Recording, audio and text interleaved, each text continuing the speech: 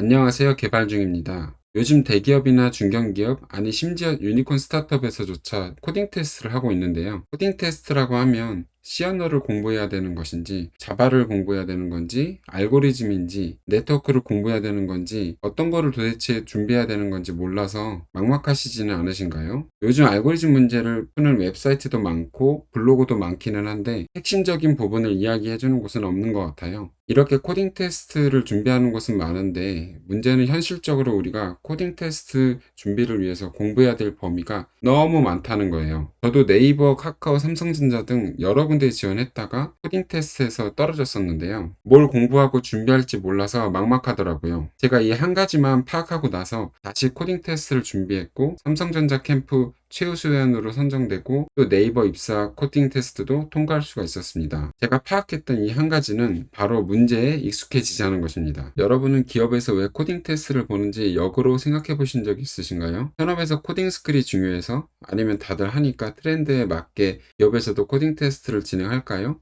아니요, 그렇지 않습니다. 저희는 왜 기업에서 코딩 테스트를 보는지 먼저 파악해야 된다고 생각을 합니다. 기업에서 코딩 테스트를 보는 이유는 딱 한 가지라고 생각해요.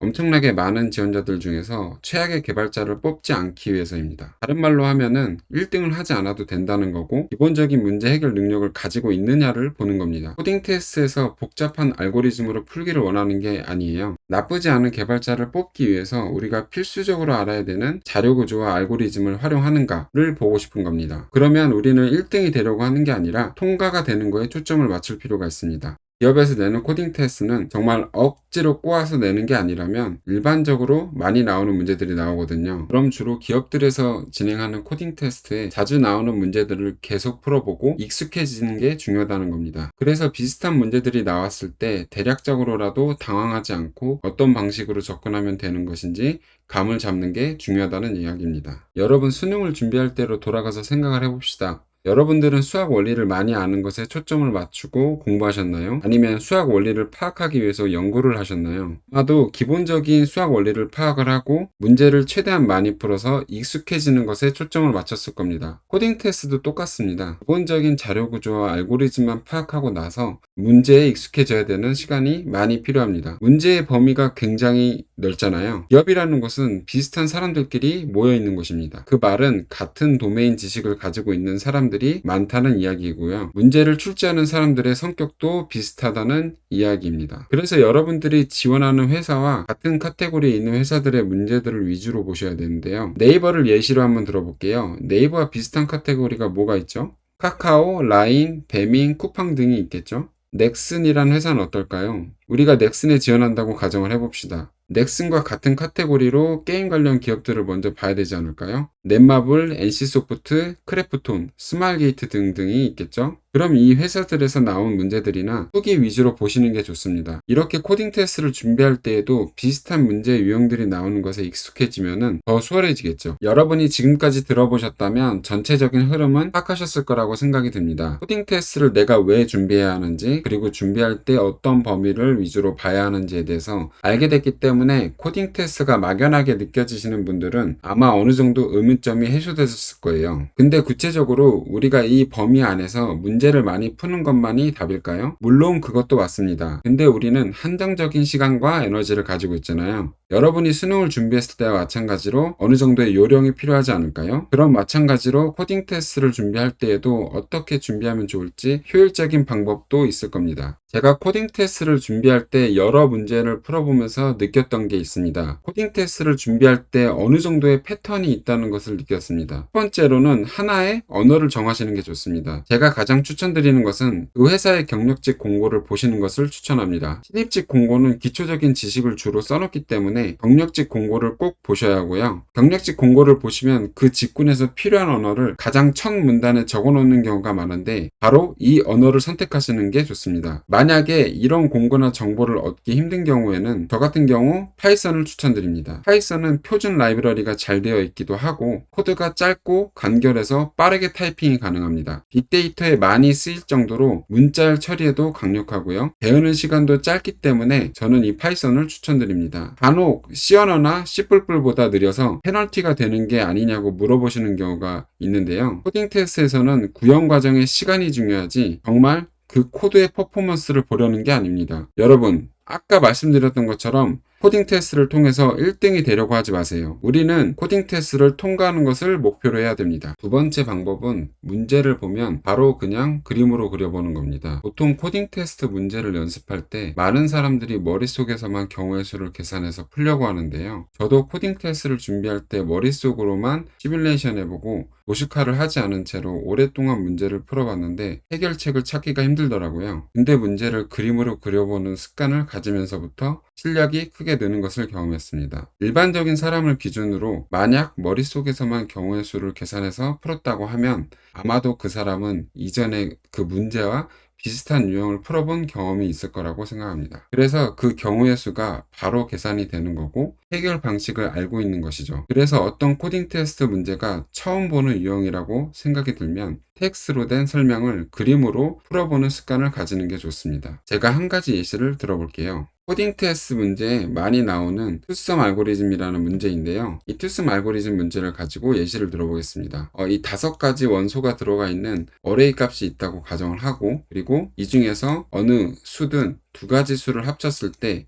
이 타겟 값이 나오면 맞춰지는 그런 알고리즘 문제인데요. 여러분들은 이런 알고리즘을 짠다고 한번 가정을 해볼게요. 그러면은 보통 생각했을 때 16과 8을 더하나 23을 4를 더하나 했을 때 19가 어떻게 나올지 막막한 감정이 있을 거라고 생각이 드는데, 이거를 도식화 한다고 생각을 해볼게요. 그냥 메모장에다가 아니면은 옆에 있는 메모에다가 그냥 글로 적어보는 겁니다. 첫 번째 16이라는 값이 있죠. 16 값과 8을 한번 더해보면 24라는 수가 나오고요. 16값과 23을 더하면 39, 그리고 20, 31이 나오죠. 그럼 타겟 값이 어느 값이든 합쳤을 때 나오지 않습니다. 그럼 다음 이제 8이라는 수로 한번 가볼게요. 그러면은 8과 23, 31이 나오죠. 12가 나오죠. 23이 나오죠. 그럼 19라는 수를 찾지 못했습니다. 그 다음에 23과 4를 더했을 때 27, 38 나오지 않죠. 그 다음에 4와 15를 더했을 때 이로써 19라는 값이 나옵니다. 그럼 저희는 여기서부터 여기까지 쭉 계산을 했었고 4에서 15를 더했을 때 19라는 값을 찾아냈기 때문에 완전 탐색 방식으로 결국은 답을 찾아낸 겁니다. 어떻게 보면은 시간 복잡도는 높기 때문에 그다지 효율적이진 못하지만 어쨌든 중요한 것은 이렇게 도식화를 하는 습관을 가지는 것입니다. 그러면 어떤 문제가 있고 어떻게 해결해야 될지 알 수 있기 때문인데요. 이 완전 탐색 방식을 가지고 이제 이 도식화된 거를 코드로 한번 풀어보면은 이렇게 파이썬 코드가 짜여질 수 있는데요. 추가적인 이제 구현 사항은 검색해 보시면은 많이 나오기 때문에 설명을 길게 하진 않겠습니다. 그러면은 한번 이거를 다른 방식으로 접근해 볼까요? 마찬가지로 이 5가지 원소가 들어가 있는 어레이가 있다고 가정을 해볼게요. 문제는 똑같습니다. 이 2가지 수를 합쳤을 때 이 19라는 값이 나오는 것을 저희가 찾으면 되는데요. 이 타겟 값을 이번에는 한번 빼볼게요.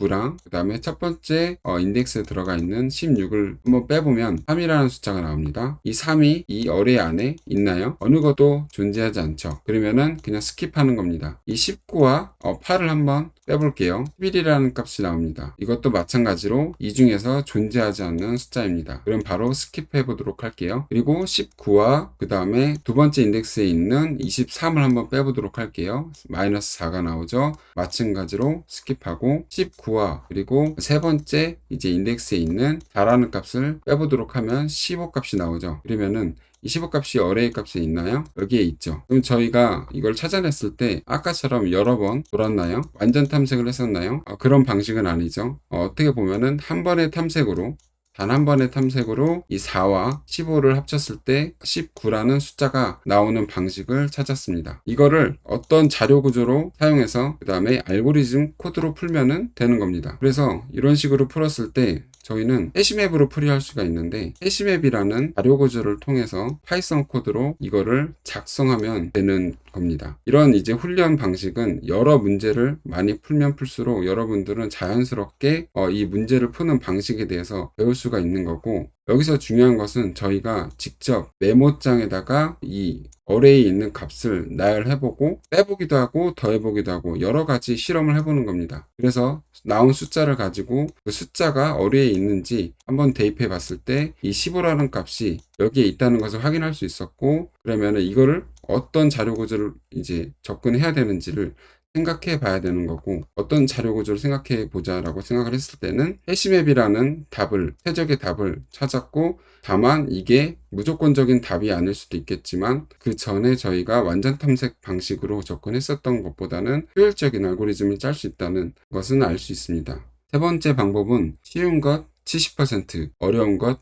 30% 비율로 코딩 테스트 문제풀이를 시작하는 게 좋습니다. 제가 코딩 테스트를 보면서 느꼈던 것은 마치 수능 문제처럼 기업에서 문제를 출제할 때 쉬운 문제와 어려운 문제의 비율을 어느 정도 맞춘다는 겁니다. 어려운 문제 몇 가지로 출제되는 경우도 있지만 대부분 어느 정도 레벨까지 도달하는지 체크하기 위해서인데요. 그래서 만약 항상 모든 문제가 어렵다고 느껴지신다면 이런 비율로 시작하시고, 어려운 것이 점차 익숙해지면서 새로운 것에 대한 비율이 높아지면 다시 어려운 문제를 푸는 비중을 30%까지 점차 늘려가세요. 그리고 이것을 반복하시는 게 좋습니다. 네 번째로는 자주 나오는 로직은 그냥 외우자입니다. 코딩 테스트 문제를 좀 풀어보신 분이 계시다면 이건 공감하실 거예요. 자주 사용되는 로직이 있는데, 한 예로 정렬이나 탐색처럼 많이 참조되는 로직은 그냥 외워주시는 것도 중요합니다. 그래야지 빠르게 타이핑해서 다른 어려운 문제에 대해서 고민하는 시간에 더 집중할 수 있으니까요. 코딩 테스트 준비를 위해서 중요하게 알아야 할 것은 이 세 가지 포인트만 기억하시면 됩니다. 첫 번째는 지원하려는 회사와 같은 카테고리에 있는 기업에서 나온 문제에 익숙해지자. 두 번째는 문제가 어렵다면 그림을 그린 다음 자료 구조와 알고리즘을 고민하자. 세 번째는 쉬운 것 70%, 어려운 것 30% 비율로 문제를 매일 풀어보자. 코딩 테스트에 막막하셨던 분들은 너무 어려워하시지 마시고 이 세 가지를 반복하면서 코딩 테스트를 준비하시면 도움이 많이 되실 겁니다. 그리고 코딩 테스트뿐만 아니라 개발 트렌드에 대해서 아는 것도 중요한데요. 최근 전 세계 개발자들이 어떤 것을 공부하고 어떤 언어나 프레임워크를 배워야 돈을 많이 버는지에 대해서도 다른 영상이 있으니까요. 궁금하신 점은 위 카드를 클릭하시거나 고정 댓글을 통해서 확인해 보시기를 바랄게요. 그럼 오늘도 좋은 영상 봐주셔서 감사드리며 다음에는 더 좋은 영상으로 찾아뵙겠습니다. 좋아요와 구독은 버거없는 코딩입니다. 감사합니다.